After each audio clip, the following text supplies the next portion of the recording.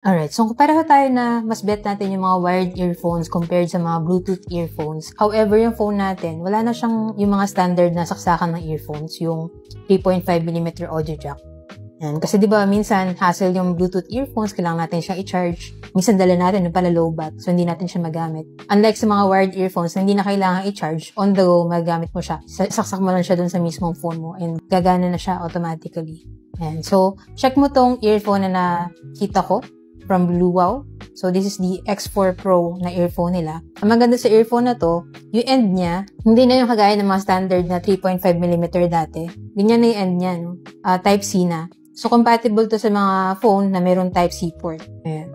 So, maganda pa dito sa earphone na to, detachable din yung kanyang mismong earphone sa kanyang wire. So, yan. Pwede natin siyang tanggalin, and then pwede rin natin ikabit.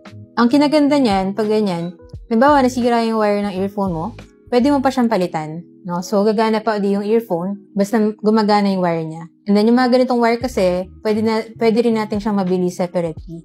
Yan. So, replaceable yung kanyang pinaka-wire if ever na masira. Tapos, nung nabili ko to, may mga kasama siya na extra silicone caps. Iba-ibang sizes ata ito, para if ever na yung default na silicone cap niya is hindi sakto sa butas ng tenga mo kasi in-ear yung earphone. Yan, pwede mo siyang palitan. Tapos, meron din siyang kasama na mic clip para pag may kausap tayo sa labas, di ba, pwede natin i-clip sa damit natin para yung mic malapit din dun sa mismong mouth natin. Nagustuhan ko pa dito, yung braided na yung pinaka-wire, so matibay siya. Siguro kung may sira to, medyo matagal pa. And yung pili ko is silver yata ang color nito. And then, semi-transparent siya. So, yung packaging niya, nung inopen ko, para siyang jewelry. Ang ganda ng box niya. So, maganda to pang regalo din if ever na naghahanap kayo na pang regalo for birthday, Christmas, or ano ba mga occasions. So, now, try natin itong headset na to sa ating phone kung gumagana ba siya.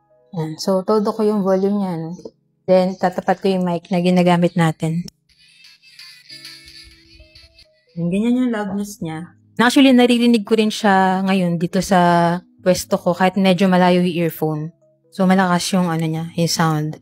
Then, try ko rin siya isuot para makita niyo yung itsura niya pag nakasuot sa tenga natin. Ayan, so ganyan yung itsura niya pag nakakabit sa tenga natin. Nakahook siya sa tenga natin, naki-ear loop.